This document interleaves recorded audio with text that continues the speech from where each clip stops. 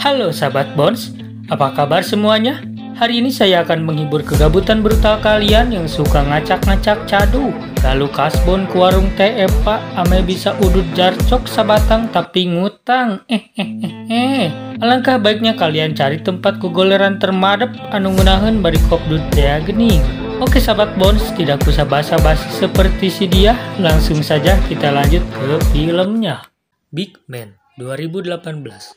Di sini mengisahkan si Sakarin, lelaki berusia 25 tahun yang tidak bisa mendapatkan pekerjaan impian sang ibu. Ia ingin sang anak menjadi seorang karyawan bank yang dianggap dapat memberikan banyak keuntungan bagi hidupnya di masa depan.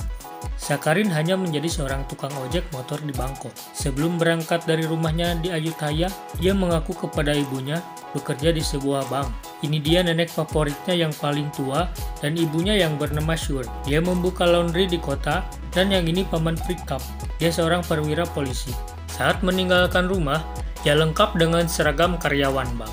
Dan dia berangkat naik otok-otok racing punya Mang Mumu. Sesampainya di Bangkok, ia berubah menjadi tukang ojek motor biasa yang suka mangkal di warkop. Saat bertugas menjadi kang ojek, Sakarin bertemu dengan Jai, anu cantik aduhai kabina-bina. Dia adalah teman sekolahnya yang dulu ia taksir. Saat itu, Jai sedang ingin memesan ojek dan pas si Sakarin yang mengantarkan. Dan akhirnya mereka ngobrol.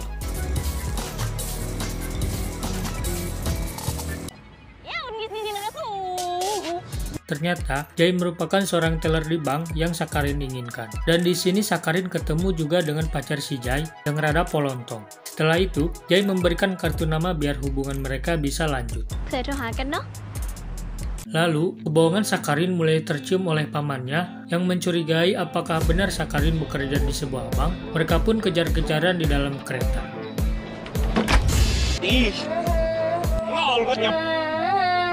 Paman Sakarin sering bolak-balik ke Bangkok karena memiliki usaha di sana. Pada saat Sakarin sudah di pangkalan ojek, bukannya dapat orderan si Jai, malah si Emang yang badannya jumbo kabina-bina.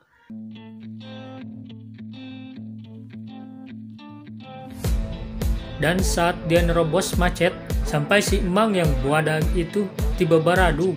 Saat di lampu merah, dia panik karena bertemu dengan ibunya. Dan untungnya, lampu merah pun berakhir karena hampir saja dia ketahuan oleh ibunya.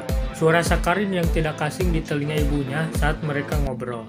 Lalu, di sini si Sakarin ngabret parah sampai hampir nabrak pamannya yang sedang ngobrol dengan karyawannya.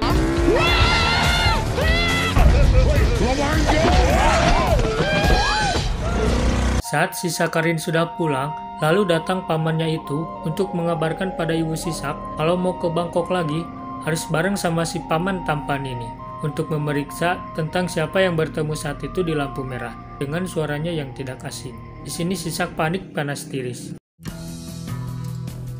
Keesokan harinya, dia mengantarkan cek ke bank dengan ngabret karena cuma punya waktu 10 menit.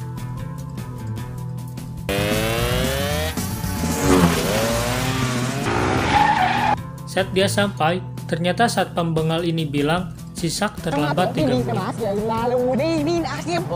Pada saat adu mekanik dengan satpam bengal itu, tiba-tiba si paman paling tampan ini nge-video call.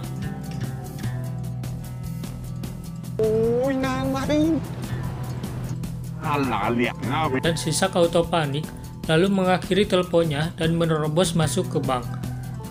Lalu ketemu dengan pacar si Jai yang polontong. Pacar si Jai yang polontong itu bilang, lalu saat di pinggir jalan, dia tiba-tiba dikejar oleh anak pamannya yang penampilannya seperti preman. Lalu ia dikejar sampai ke dalam pasar. Dan setelah lari beberapa puluhan kilometer,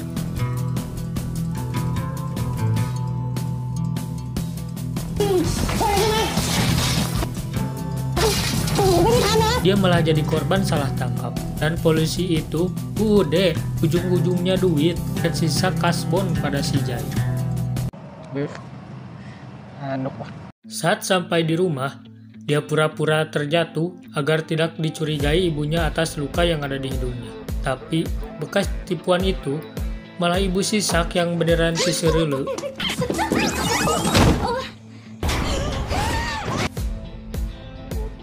Sebelum tidur, Sisak chattingan dengan si Jai tentang kasbon yang bertambah karena ada bunganya. Tetapi si Jai ingin bunga tersebut diganti dengan antar jemput gratis seminggu 2 kali oleh Sisak. Di sini Sisak auto-ato dan malah ngemodus-modus pada si Jai. Keesokan harinya, Sisak merubah teman pangkalan ojeknya menjadi pegawai bank yang diundang makan siang di rumahnya untuk dikenalkan dengan ibu dan si paman paling tampan. Lalu dua besti ojek ini berbicara sakahayang agar mereka percaya. Dua besti ini memasukkan obat pada minuman agar si paman tidak bertanya lagi.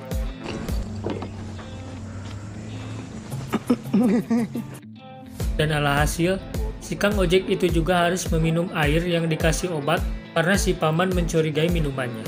Ternyata reaksi obat itu berhasil dan badan mereka berdua jadi kaditu-kadit kedai ngajit. Lanjut keesokan harinya, si Sakarin bertemu dengan si Jai dan hampir kebongkar penyamarannya sampai dikejar-kejar. Untungnya si Sakarin gercep sehingga bisa cepat berubah menjadi kang ojek. Setelah si Jai sampai di kantornya, dia malah dimarahi pacarnya sampai dia tersedih. Disinilah tugas Sisak untuk menghibur si Jai sambil ngejo dan hahaha. Tapi sahabat Bones, ada hal yang so pahlawan di sini, yaitu saat waktu pembayaran tiba, sini Sisak dengan kerennya mau neraktir si Jai. Dan saat membuka dompetnya, ternyata cuannya kurang ajik. Auto split bill. Setelah itu, si Jai ikut mengantarkan sayur bersama Sisak di malam hari. Dan si Jai sangat senang. Lalu, mereka berdua ke Korsel untuk mencari hiburan. Dan ternyata Sisak melihat pamannya itu yang sedang mencari rupiah dengan cara tembak-tembakan. Di sini Sisak rada panas tiris karena takut ketahuan pamannya. Tidak lama kemudian, ibu Sisak nelpon pada si paman itu dan Sisak mencoba mengalihkan perhatian percakapan mereka dengan cara menembakkan peluru itu pada pala pamannya si botak. Pamannya yang botak. Keesokan harinya, si Jai, Sak, dan kawan-kawan ojekersnya menggerebek pacar si Jai yang sedang bercinta di sebuah penginapan. Lalu si Jai di sini sangat marah besar dan energinya memuncak sampai ubun-ubun. Dan juga si cewek pelakor sampai diusir tanpa busana. Setelah Jai mengeluarkan semua unek-uneknya,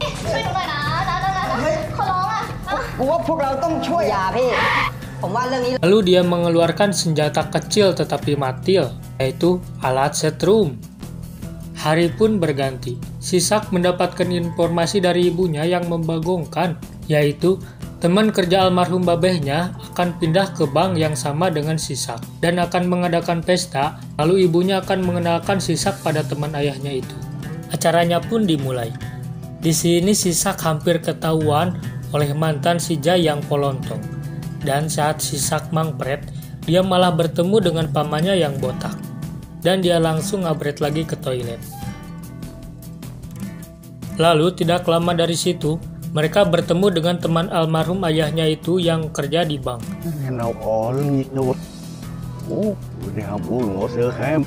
Dan mereka langsung bermabuk-mabukan sampai tepar.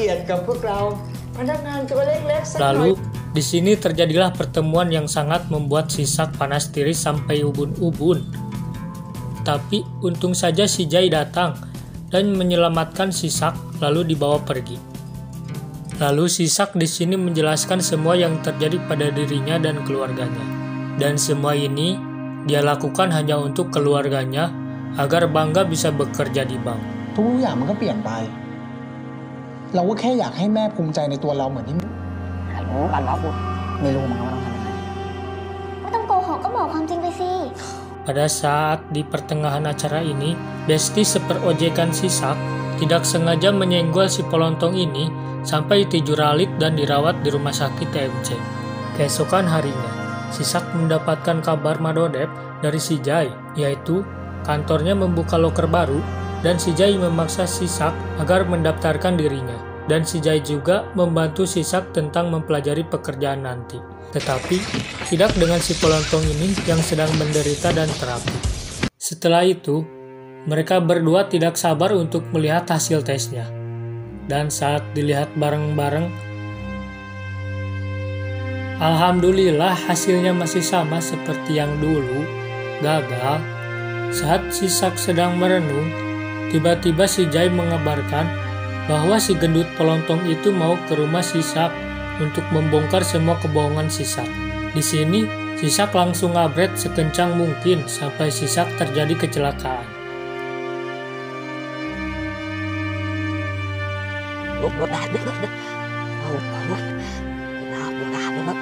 Untungnya si gendut ini ternyata balelo dan susah untuk bercerita kepada ibu Sisak.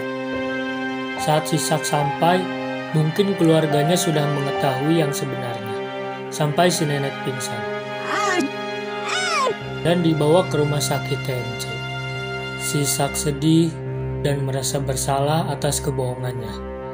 Dan ternyata ibunya pun berbohong karena ibunya sudah membuntuti Sisak sejak waktu itu untuk mencari kebenaran pekerjaan dia yang sebenarnya. Ternyata ibu Sisak sama sekali tidak malu atas pekerjaan anaknya. Justru dia bangga karena anaknya yang berjuang luar biasa untuk menafkahi keluarganya. Pada saat Sisak mau membayar biaya berobat neneknya, di sini dia dibantu si Jai karena si Jai tahu bahwa Sisak sedang kesulitan dengan biaya yang cukup meledak. Tidak hanya itu, ternyata besti-besti ojeknya pun datang untuk membantu Sisak.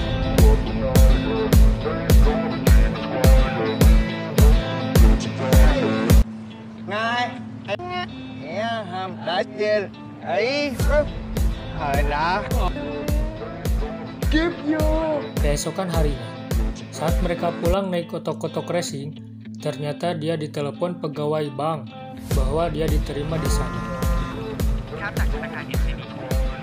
Dan besoknya pun dia bisa langsung bekerja. Di sini keluarganya auto kegirangan.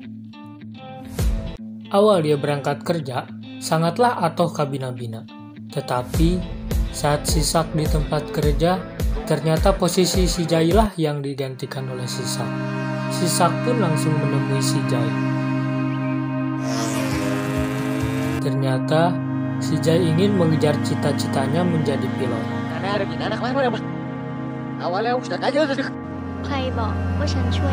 Lalu mereka pun memahami satu sama lain.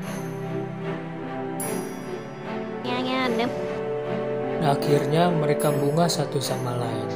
Kata-kata Madodep hari ini, bersyukurlah dengan keadaanmu dan janganlah melebih-lebihkan.